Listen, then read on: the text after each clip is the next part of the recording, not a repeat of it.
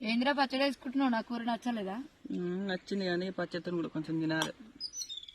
మరి పప్పు ఒకటే బాగుండు కానీ కొంచెం పచ్చడి వేసుకున్నా. నువ్వు కూడా వేసుకో. పప్పుల పచ్చళ్ళు కూడా బాగుంటాయి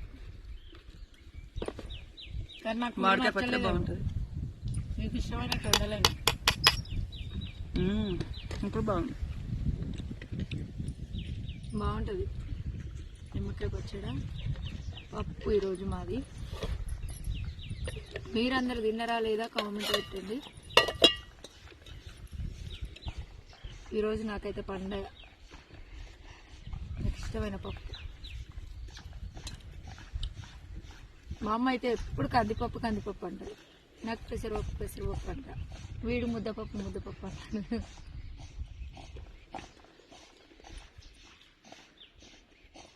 మీకే